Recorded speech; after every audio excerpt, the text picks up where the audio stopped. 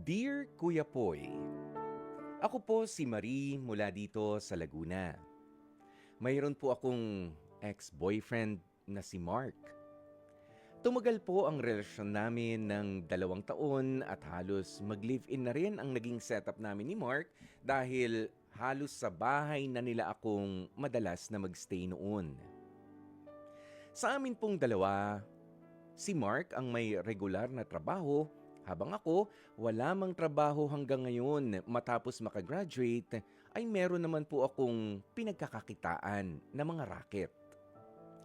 Pero Kuya Poy, sa ilang taon naming pagsasama ni Mark ay para bang ako pa ang may mas magandang trabaho sa aming dalawa.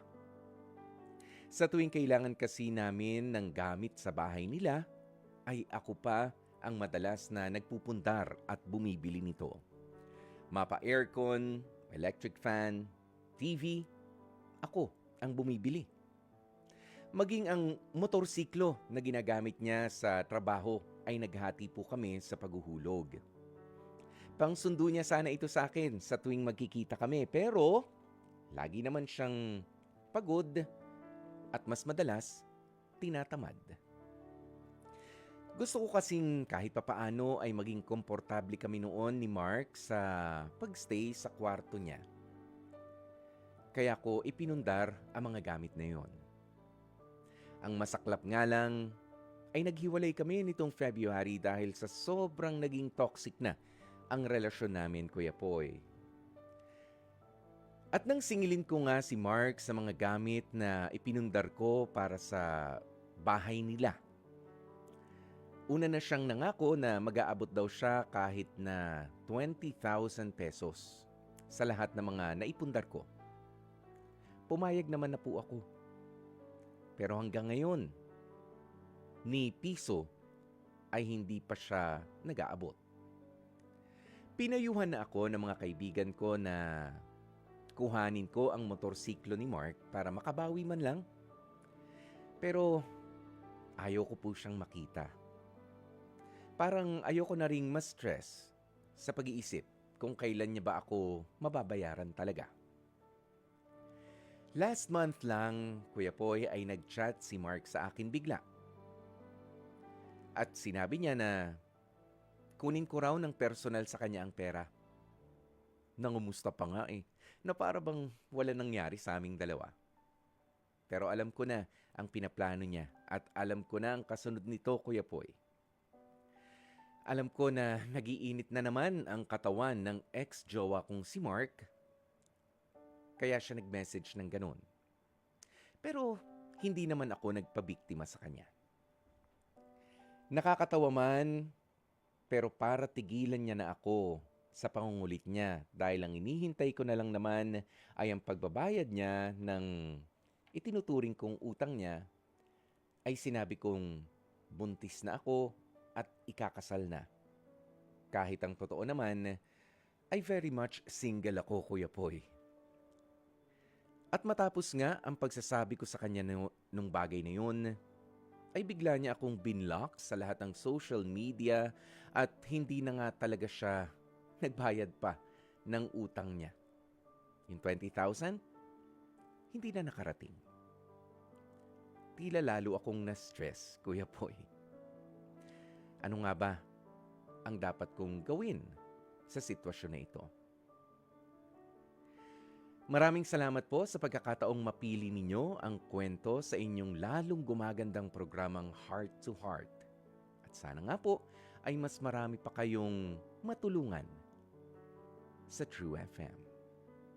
Hanggang dito na lamang ang kwento.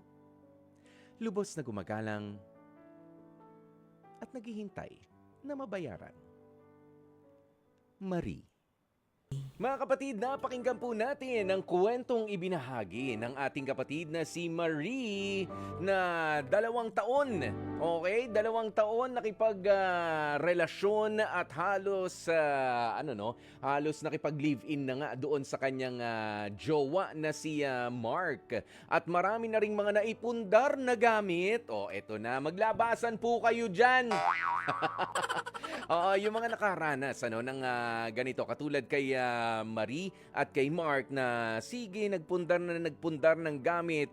Hindi naman sila mag-asawa. Okay, hindi naman po sila mag-asawa, hindi naman po sila legally married pa talaga. Kaya teka lang, medyo komplikado yung ganyan mga pagpupundar ng mga gamit ng mga individual na hindi naman by law ay pero merong proteksyon. Okay, merong proteksyon kahit papaano. Okay, ano ba ang arrangement ninyo in the first place, Marie? Yan, dyan sa pagpupundar ng gamit. Ang sabi mo kanina, binilan mo ng ng TV, ng aircon, ultimo electric fan, and I'm guessing kahit yung iba pa mga gamit, paunti-unti. Sabi mo nga, gusto mo kasi maging komportable kayo doon at least sa kwarto na tinitigilan ninyo nitong si Mark sa bahay nila. Okay, eto lang naman ang take ko dyan. Marie, kapag ibinigay mo ang mga bagay na ito na hindi naman hiningi ni Mark, teka lang, maghunos dili ka sa pagsingil-singil. Pero kapag kayong dalawa ay merong arrangement na tulungan mo naman ako, pundar tayo ng ganito, pundar tayo ng ganyan, total, dito naman na tayo madalas na nag-i-stay sa bahay, pwede rin naman siguro makapaningil at least kahit kalahati. Katulad nga nung ginagawa mo, no? Sabi mo ay meron kang hinihintay o napangakuan ka ng 20,000 pesos nitong si Mark. Ayan. Pero mas importante ang tanong ko ngayon dahil nga sa naniningil ka, naitabi mo ba, Marie, ang mga resibo? Ikaw bang may hawak ng resibo ng mga binili ninyong gamit? Ayan ha. Kasi kung ibinigay mo ng bukal sa puso mo, meron na rin nagtanong sa akin ito dati na isang malapit na kaibigan. Okay, sabi niya, alam mo, ultimo kurtina, gustong sabi, ginawa namin na parang condo unit, yung simple niyang apartment. Ultimo yung kurtina raw, yung kobre kama, ginastusan niya para maganda, para, sabi ko, ang tanong ko, hiningi ba sa'yo yan nung tao? Hindi, gusto ko kasi kami naman yung gagamit eh. What is given is given. Para sa akin ha, para sa akin, hindi niya hiningi sa'yo, basta mo lang binitbit din doon sa lugar niya, pinayagan niya. Plus, alam niyo yung mga ganun, may mga gamit ho kasi na hindi na dapat ipinasosoli, tawag mo rito, pinababayaran. Katulad na ang mga gamit ay masyadong personal. Okay? Ayan, nandyan ang mga sapatos. Sapatos. Talaga bang kukunin mo pa yun? Oo, yung sapatos. Hindi dahil dun sa halaga ng sapatos, ha? Oo, doon na lamang sa madumi yun eh, natural. Oo, gamit sa paa, pinapawisan ng paa. Damit, kukunin mo ba? Huhubaran mo na rin ba yung jowa mo? Sa harap ng ibang tao? Ultimo underwear ay babawiin mo pa. Parang sa akin yan, napaka-low niyan. Okay, kapag mga gamit na dumidikit sa katawan, ginagamit ng inyong mga jowa, hayaan nyo na. Hayaan nyo na kapag ganoon, Grabe ng panunumbat yon. Ikaw na ang nasa mali dyan. Plus, ibinigay mo pa. Hindi naman hiningi sa'yo in the first place. 'Di ba? Huwag mo nang stressin masyado yung sarili mo. Alam ko na masakit ang breakup. Alam ko na nakapanghihinayang yung mga ginastos mo dahil mauuwi na lang talaga sa wala. Well, yan yung yan yung gamble na kailangan nating i-take sa kahit ano ng mga relationship, sa kahit anong pagsasama. 'Di ba? Hindi naman pwedeng ang kunin mo rin lahat dahil hindi ka nagtagumpay. Pero nga, kung meron nga kayong usapan dati na magpupundar tayo ng ganito, hati tayo, kahit pa nga sa bandang huli, ikaw yung, ikaw yung nagastusan ng matindi. Katulad niya, nagpundar kayo kamo ng aircon, electric fan, ng TV. Kung may resibo, mas maganda. Ayan, pwede mong singilin, magpatulong ka sa sa attorney. Ayan, na pwedeng, eto ho, talagang ako ang bumili niyan. Kaya pwede ko mailabas yan sa bahay nila. 'Di ba? Maaring ganun ang pwedeng usapan dyan. Or pabayaran na lang or ipasoli. Pwede. Kung meron kang resibo, why not? Alam mo, stressful din yan ha. Nakakahiya, pero mas magiging malinaw kasi yan eh. Kung idadaan mo sa legal na paraan, yung paliwanagan at yung singilan. Pero kung ginagawa mo lang ito, Marie, out of galit, out of selos pa rin doon sa nakaraan ninyong toxic relationship, or nang dahil lamang sa mga sulsul. Sabi mo nga, meron ka mga kaibigan na nakakausap na bumubulong-bulong sa'yo na kahit yung motor na pinaghatian ninyong ipundar ay kunin mo, hatakin mo. Actually, hatak is doon yan sa dealer, sa inutangan ninyo eh. Doon yung term na ganyan. Kukunin mo, o at least ibenta yan, hati tayo sa mapagbebentahan. Kung yun lang naman, pero kaya mo namang magpatuloy na lamang sa buhay, hayaan mo na, let go na lang yan. Oo, kapag kasi mahirap kasing umusad, alam mo, sa buhay na meron ka mga ganitong bagay. Ngayon, kung sa tingin mo ay kailangan mo rin naman yung mga amount na ginastos mo roon, yun nga, maganda meron ka mga papeles to support yung mga claim mo doon sa gusto mong bawiin na mga bagay-bagay. Pero kung wala naman at siya rin yung may hawak nun at hindi mo isinulat yung pangalan mo at least doon sa warranty card, 'di ba? May mga ganyan pagka mga appliances, yung ganyan yung sinulat. Sorry. Medyo mahihirapan pero meron pa rin naman na paraan. Okay? Ngayon, doon sa sinabi mo kasi, sa sinabi mo na nabuntis ka at in a relationship, ikakasal ka na. Alam mo yun, kung nangaasar ka, malamang nangaasar din itong si Mark. Papaano yan? Binlock niya na ang accounts mo sa lahat ng mga social media niya. Pero pwede ka naman humingi pa rin ng tulong sa barangay. Kung pwede, makausap si Mark at mas mabigyang linaw din. Okay? Kung papaano nga ba yung pangako niya na maghuhulog siya, kung di kaya na biglaan yung 20,000 at least. Kung luluwag na ang kalooban mo roon sa 20,000 na makiklaim mo, salamat. Di ba? Magpatulong ka sa barangay. Hindi mo naman kailangan pumunta roon ng ikaw lang Di ba? Pwede ka magpasama.